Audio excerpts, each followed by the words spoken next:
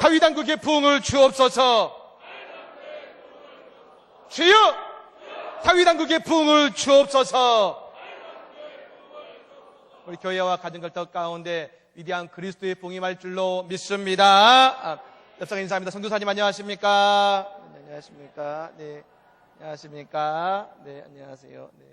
네, 예, 좋은 밤입니다. 예, 언제나 교회 오면 다 좋은 것입니다. 예, 교회에는 하나님의 사랑이 있고 행복이 있고 은혜가 있고 기쁨이 있고 감사가 있는 곳인 줄 믿으시길 바랍니다. 예, 그렇습니다. 최근에 김정은 교수라는 문화심리학자가 쓴 책이 있습니다. 가끔은 격하게 외로워야 된다는 책을 출간을 했습니다. 그 책에 재미난 통계가 하나 있어서 잠깐 소개를 하고 말씀을 시작하고자 합니다. 여자들은 언제 화장을 하는가? 라는 통계였습니다. 언제 화장을 하는가? 많은 분들은 생각합니다. 여자가 화장을 하는 이유는 남자에게 아름답게 보이기 위해서이다. 저도 그렇게 생각했었습니다. 그런데 영국 사람들은, 여러분, 영국 자체가 대단히 습한 나라입니다. 그래서 바닷가이기도 할 뿐더러 이 산업화 때문에 생기는 결과적으로 스모그가 많고 해서 대단히 습하고 하나 비가 많은 온 곳이기 때문에 잘 화장을 하지 않습니다. 근데 그 영국 여인들이 언제 화장을 하느냐 알아봤더니 처음에 30% 정도는 잠자기 직전까지 자신의 화장에 대해서 생각을 한다 그럽니다. 또 다른 30%는 어떻게 하냐면 화장하지 않고는 절대로 집 밖에 나가지 않는다. 마지막 30%는 뭡니까? 아이들 학교에 데려다 줄 때 립스틱을 바르고 나간다. 결론적으로 왜 화장을 하느냐? 다른 여자들에게 밀리지 않기 위해서. 남자분들 예, 화장을 한 이유가 이럽니다. 남자와 별 상관없이 다른 여자들 때문에 화장을 한다는 것입니다. 여러분 집에 갔더니 아름답게 화장을 하고 있다. 나 때문이 아니라 분명 오늘 나가서 더 예쁜 여자를 봤기 때문에 화장을 하는가 보다 생각하시면 될 것입니다. 여기서 우리가 뭘 할 수 있냐면 우리가 보는 상식과 다를 때가 많다는 것이죠. 우리의 여성의 화장은 나 때문이고 남자 때문일 거라고 생각하지만 사실은 우리가 생각하는 사람의 올 마음은 우리가 생각하는 잘못된 상식에 얽혔을 때가 많다는 것입니다. 우리는 세상의 잘못된 상식에 얽혀있는 사람이 아니라 변하지 않는 하나님의 진리를 붙잡는 인생인 것을 여러분 믿으시기를 바랍니다. 이 밤에도 우리가 뭘 붙들어야 되느냐? 우리는 세상에 다른 것이 아니라 상식이 아니라 내가 아는 지식이 아니라 오늘 주시는 말씀이 오늘 내 인생을 붙드는 복된 말씀이 되기를 간절히 축복합니다. 아멘. 오늘 말씀은 요나서입니다. 요나서. 이제 여러분 다음 주에 이제 말라기를 여러분 함께 설 이야기를 하고 그리고 이제 신약으로 넘어가겠습니다만 이 요나서는 마치 여러분 신밧드 모험이라는 책을 보셨을 겁니다. 그 신밧드 모험과 같은 대단히 그 박진감 넘치는 이야기가 사실 이 안에 들어 있는 것이죠. 그래서 특히 주일학교 학생들에게도 이 요나서 이야기를 해주면 너무 좋아합니다. 특별히 물고기가 요나를 먹었고 뱃속에서 살아난 이야기는 뭐 거의 애들이 너무 좋아하는 이야기지 않습니까? 하나님께서 오늘 요나를 부르셨습니다. 그런데 여러분 이 요나는 누구냐면 우리가 좀 알 필요가 있는데 요나는 여러분 북왕국 이스라엘에서 활동을 하던 사람입니다. 우리가 아는 것처럼 이스라엘은 북왕국 이스라엘과 남왕국 유다로 나눠졌지 않습니까? 유다로 나눠졌는데 이 요나는 북왕국 이스라엘에서 활동하던 여러분 그 선지자로서 특별히 여로보암 2세가 있습니다.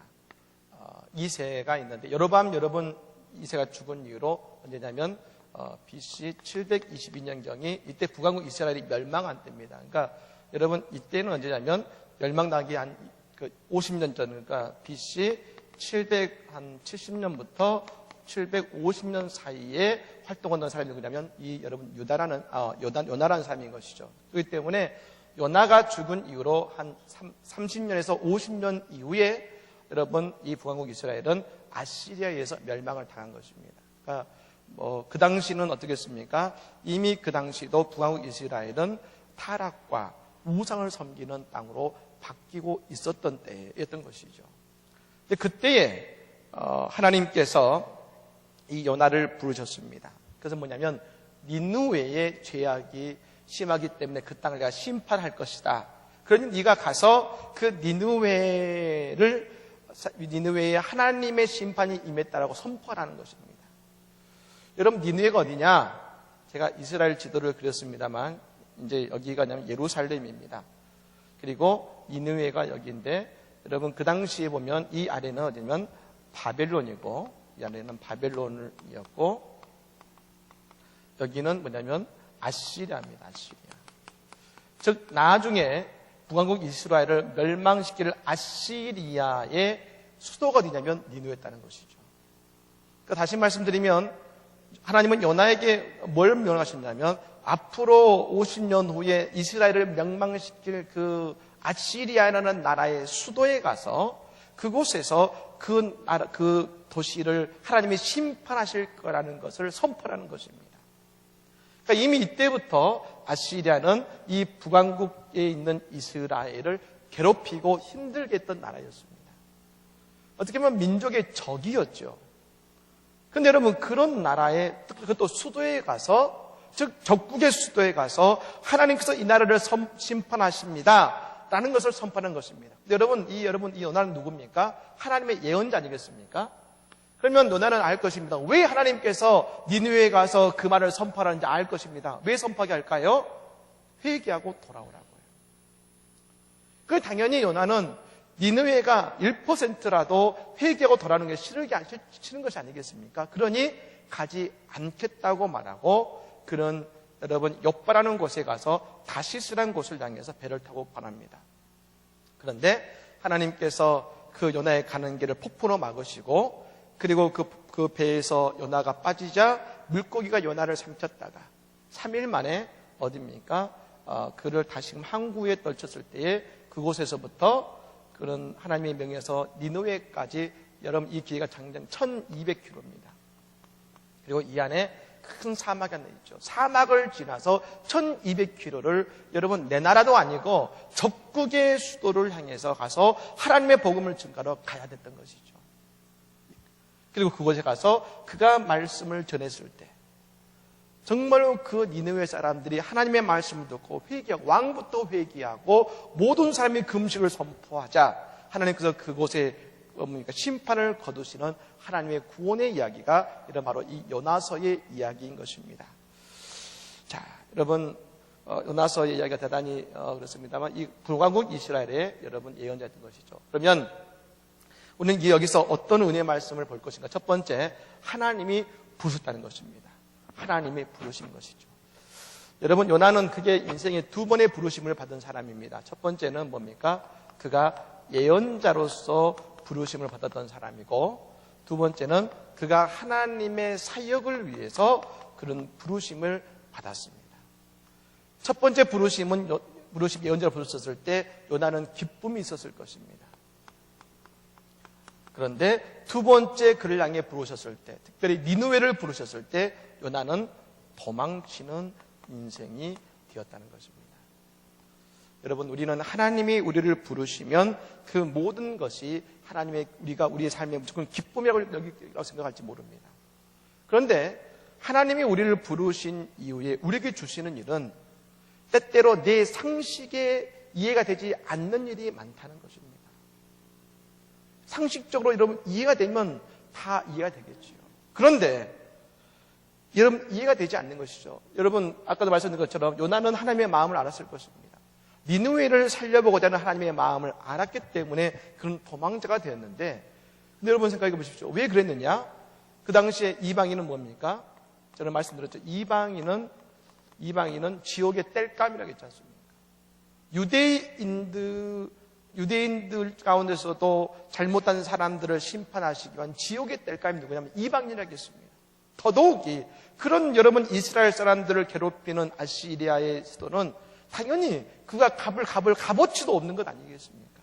그런데 하나님은 오늘 누구를 여기서 부르셨느냐? 바로 그들의 적대국이고 이방인인 아시리아를 향해서 부르셨다는 것입니다. 이해가 안 됩니다. 그런데 하나님은 그를 부르셨다는 것이죠. 그렇습니다. 우리가 하나님의 뜻을 이해할 수 없는 것이 당연한 것 아니겠습니까? 그러므로 우리에게 뭐가 필요하느냐? 여기에는 순종이 우리에게 필요한 것입니다. 여러분, 만일 내 상식으로 이해되는 분은 하나님이 아니시죠. 하나님은 내 상식을 뛰어넘는 분이시기 때문에 우리가 그 하나님을 인정할 때에 우리는 내가 이해되든 되지 않든 첫 번째 뭘 하면 되냐면 그것에 순종만 하면 되는 것입니다. 그러면 그 일을 누가 이루십니까? 하나님께서 무엇으로? 선으로 우리의 인생에 갚아주시고 채워주실 것입니다. 이 밤에도 하나님의 말씀에 순종하는 우리 성도가 되기를 간절히 축복합니다. 여러분, 요나는 그래서 하나님의 말씀을 이해할 수 없기 때문에 도망자가 되었습니다. 여러분, 그 도망자의 모습을 뭐로 표현하냐? 3절의 말씀입니다. 3절을 같이 읽어볼까요? 같이 한번 읽어보겠습니다. 1장 3절입니다. 시작. 나가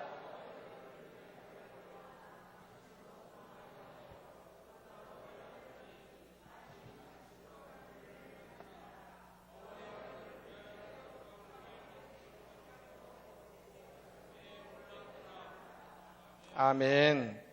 자, 오늘 요나는 어떻습니까? 여호와의 얼굴을 피하려고 그는 어디로 갔냐면 다시스를 향해서 갔다 오겠습니다. 다시스로. 우리가 알다시피 요나는 결론적으로 여호와의 얼굴을 피했습니까? 못 피했습니까? 피할 수 없었죠. 세상 모든 곳에 하나님은 계시기 때문에 천지가 이사야서의 말씀처럼 하나님은 천지에 충만하신 분이기 때문에 어디를 가든 우리는 하나님을 뵐 수 있게 되는 것입니다. 여기 우리 중요한 것은 뭡니까? 우리가 죄 짓지 말아야 한다는 것이죠. 내가 죄 짓는 그 자리에도 누구의 얼굴이 있다는 것입니까? 여호와의 얼굴이 있는 것입니다. 나는 보이지 않지만 나를 보시는 하나님의 얼굴은 있는 것입니다. 여러분, 우리 그리스도인은 뭐라고 고백합니까? 오늘 새벽에도 제가 설교했습니다. 우리 모두는 죄인이라고 고백합니다. 그렇기 때문에 한 상에서 모두 다 함께 밥을 먹을 수 있는 것이고 함께 있을 수 있는 것입니다. 하나님의 얼굴을 피하는 사람은 죄인이 되는 것이죠. 죄인일 수밖에 없는 것입니다. 그런데 여러분, 그 죄인은 어디로 갔느냐? 다시스를 향해 갔습니다. 그럼 여러분, 왜 다시스일까요? 다시스는 여러분 그 당시에 어디냐면 지중해 무역의 중심지가 다시스였습니다. 그래서 이스라엘에서 어떤 소문이 있었냐면 다시스는 지상의 천국과 같다라는 여러분 그런 별명을 갖고 있는 것이 바로 다시스였습니다. 실제로 열왕기상 10장에 보면 솔로몬이 성전을 지을 때에 금은보와 보석을 어디서 가져왔냐면 다시스에서 가져왔다고 성경은 기록하고 있습니다.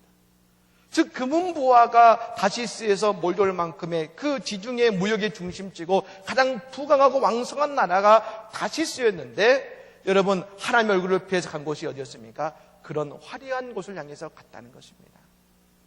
여러분 사람은 하나님의 얼굴을 피할 수 없지만 하나님의 얼굴을 피할 때 우리는 어디로 가느냐?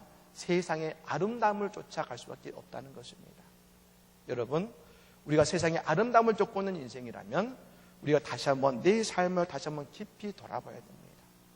나는 하나님의 얼굴을 향해 가고 있는가? 다시스를 향해 가고 있는가? 여러분, 우리는 모두 다 하나님의 얼굴을 향해 가는 그런 성도가 되기를 간절히 축복합니다. 하나님의 얼굴을 피할 수 없었습니다. 그래서 어떻게 됩니까? 하나님께서 그곳에 풍랑을 내리십니다. 풍랑을.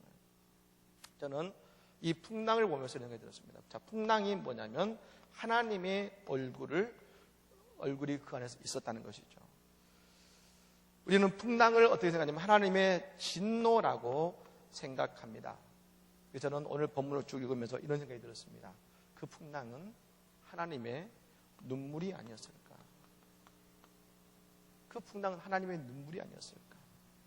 요나를 향한 눈물이었고 그리고 니느웨를 향한 눈물이 아니었을까? 여러분 내 인생 속에서 하나님의 내 인생의 폭풍과 이럴 때 과연 그것이 하나님의 진노라 생각하십니까? 저는 오히려 그것이 나를 향한 하나님의 눈물이 아닐까? 왜요? 그 얼굴에 누굴 보고 있기 때문에 나를 보고 계시기 때문에 나는 다시스를 보고 있지만 그 다시스를 보고 있는 내 얼굴 가운데 하나님은 누굴 보고 계시냐면 나를 보고 계시다는 것입니다. 그리고 나를 향해 하나님은 울고 계시다는 것입니다. 그것이 오늘 풍랑이 되어 나타나는 것 아니겠습니까? 사랑하는 여러분 앞에 인생이 풍랑이 있습니까?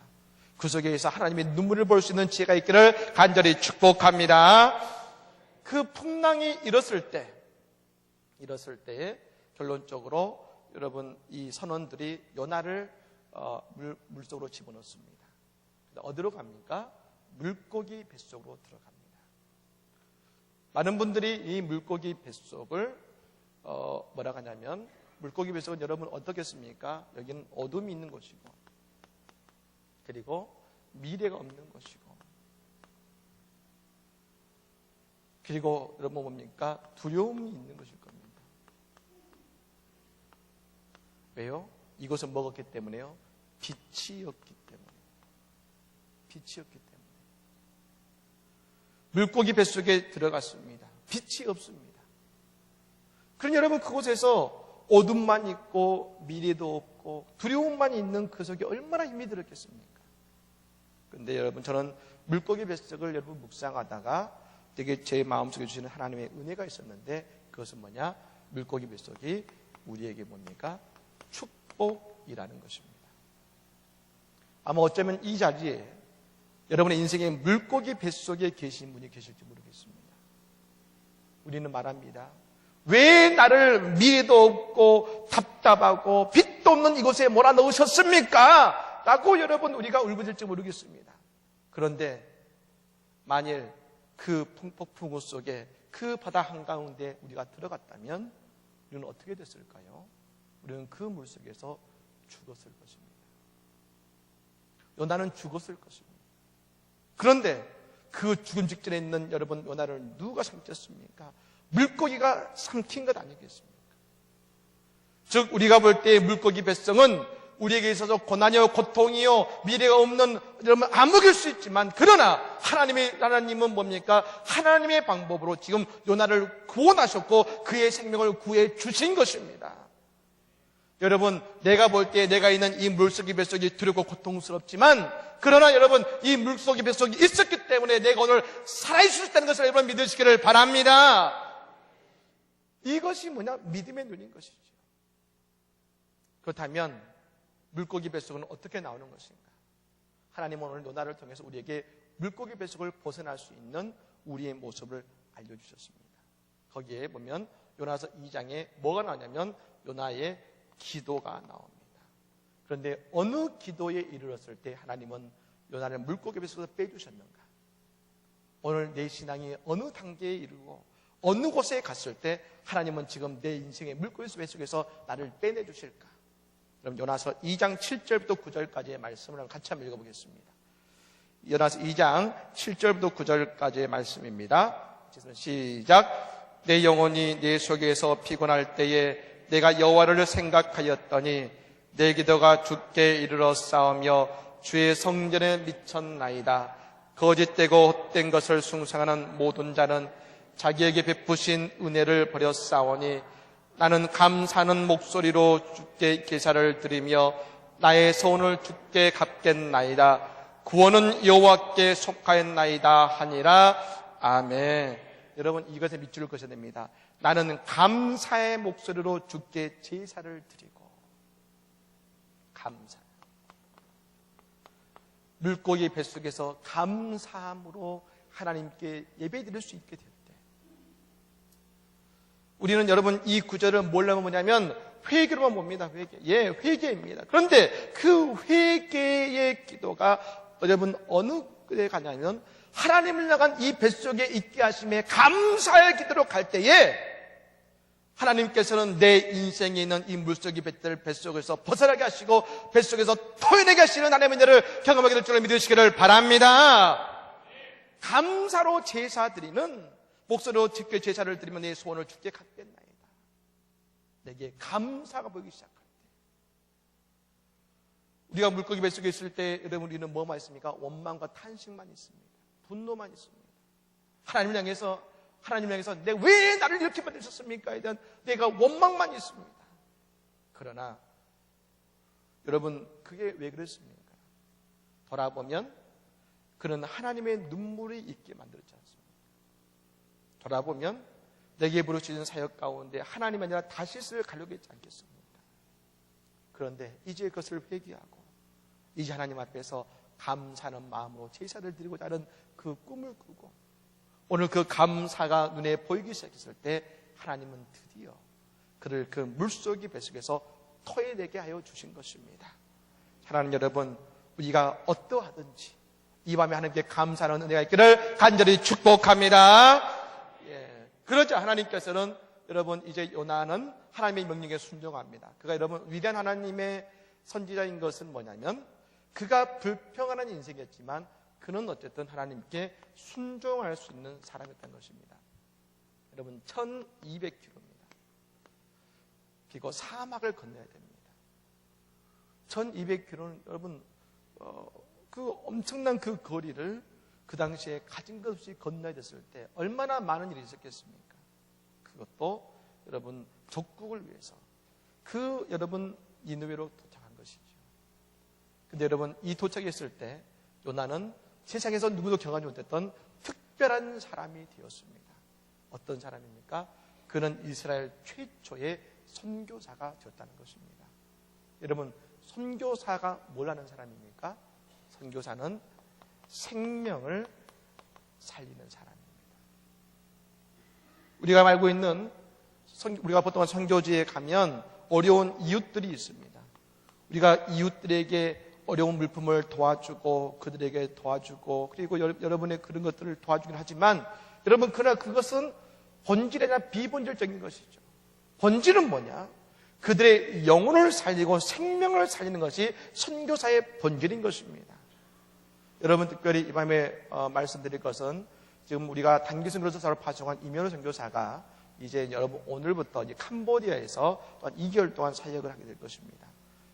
필리핀에서 지금 6개월 동안 사역을 했고 이제 필리핀에 가서 2개월 동안 사역하는데 여러분 이면호 선교사를 여러분 기도 많이 해주시기 바랍니다. 선교사는 생명을 살리는 것이죠. 그런데 여러분 여기서 뭘 받느냐? 이전까지 하나님은 여러분 누구의 하나님이면 이스라엘을 향한 하나님으로 보여졌습니다. 오직 이스라엘을 위한 하나님. 그런데 여러분 요나서를 통해서 뭘 보여주냐면 하나님은 이스라엘만을 위한 하나님이 아니라 하나님은 여러분 적군인 니느웨까지도 아니 저 아시리아까지도 아니 이 온 세계를 사랑하시고 이걸 구원하기를 원하시는 하나님이시라는 것을 여러분 이곳에서 보여주신 것입니다. 여러분 교회는 어떤 곳입니까? 교회는 모든 사람이 모일 수 있는 곳입니다. 모든 사람이. 교회는 뭐라 했습니까? 바다가 되는 바다가.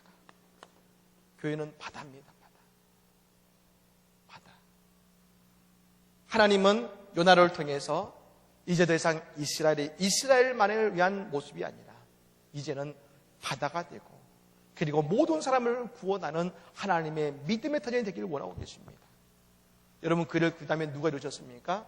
그 이후에 요나 다음에 바로 예수님께서 이 땅에 오셔서 예수님이 이스라엘 백성들의 구원자 되신 것이 아니라 우리 모두의 구원자 되신 것을 여러분 믿으시기를 바랍니다. 그렇습니다. 오늘 요나는 뭘 경험했느냐? 이스라엘을 뛰어넘어 전 세계를 사랑하시는 하나님의 사랑을 경험한 첫 번째 사람이 되었습니다. 물론 요나는 도망자였고 그리고 하나님의 눈물이 있었고 그리고 그는 물고기 뱃속에 들어가는 아픔도 있었지만 결론적으로 그가 특별한 사람인 것은 그가 경험하지 못했던 새로운 하나님의 모습을 경험할 수 있었다는 것입니다.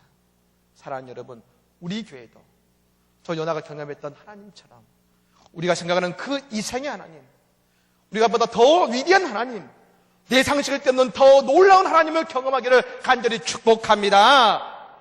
나보다 더 크신 하나님, 내 생각보다 더 크신 하나님, 그 하나님이 경험되어질 때에 내 삶에서 또한 요나가 경험했던 새로운 니느웨를 경험하는 축복을 우리가 경험하게 될 것입니다. 여러분 우리가 그 요나의 복을 경험하는 모든 성도가 되기를 우리 교회가 되기를 예수 이름으로 간절히 축복합니다.